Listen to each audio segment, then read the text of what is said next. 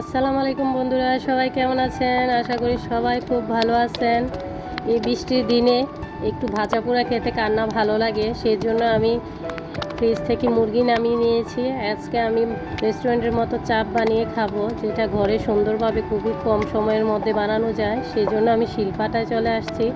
আগে মাংসগুলোকে আমি থেতলিয়ে ছেঁচে নেব, কারণ এটা থেতলিয়ে ছেঁচার কারণে ভিতরে মশলাগুলো সবগুলা ঢুকবে। সেই জন্য আমি আসলে এগুলোকে থেতলিয়ে নিয়েছি। এই যে দেখেন, থেতলানো হয়ে গেছে সবগুলা।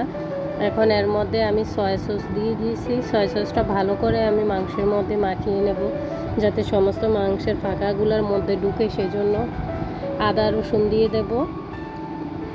তারপরে এর মধ্যে আমি একটু হলুদের গুঁড়ো দিয়ে দেব, মরিচের গুঁড়ো দিয়ে দেব, একটু পরিমাণে লবণ দিয়ে তারপর এর মধ্যে আস্তে একটা লেবু দিয়ে দেব। লেবুর রসটা একটু পরিমাণে বেশি হলে ভালো।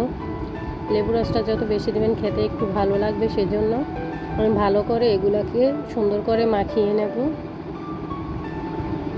আর এর মধ্যে গরম মশলা গুঁড়া দিয়ে দিয়েছি আমি। আর এর মধ্যে অবশ্যই ময়দাটা ব্যবহার করবেন, ময়দাটা দিয়ে দিবেন। ময়দাটা দিলে একটু কিসমি টাইপের হবে, সেজন্য ময়দা ব্যবহার করবেন। ময়দাটা দিয়ে দিবেন। এই যে আমি ময়দাটা মাখিয়ে নিচ্ছি। আর এর মধ্যে আমি কিছুটা তেল দিয়ে দিছি।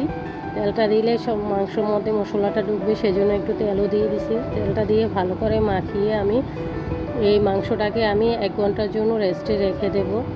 আমি 1 ঘন্টা পরে চুলায় চলে আসব।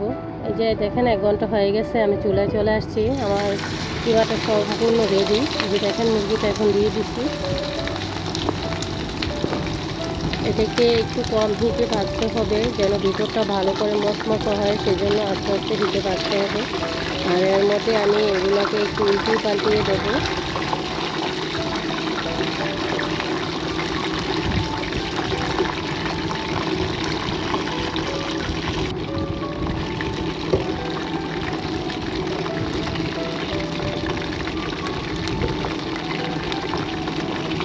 আমার এটা ভাজা হয়ে গেছে, এখন এটাকে উঠিয়ে নেব। তেলটা একটু সেকে আমি এটা উঠিয়ে নেব। তারপর বাকি যেগুলো আছে সবগুলো আমি একটা একটা করে ভেজে নেব।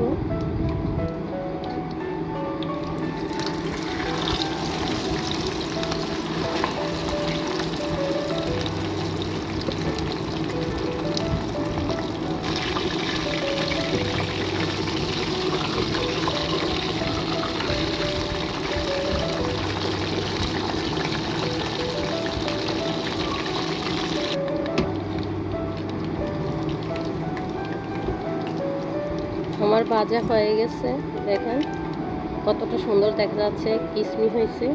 এখন রান রুটির সাথে এগুলো খেতে খুবই মজা হবে। এখন আমি খেতে বসে যাব। আমার ভিডিওটা যদি ভালো লাগে লাইক কমেন্ট শেয়ার করবেন। সবাই ভালো থাকবেন। আল্লাহ হাফেজ।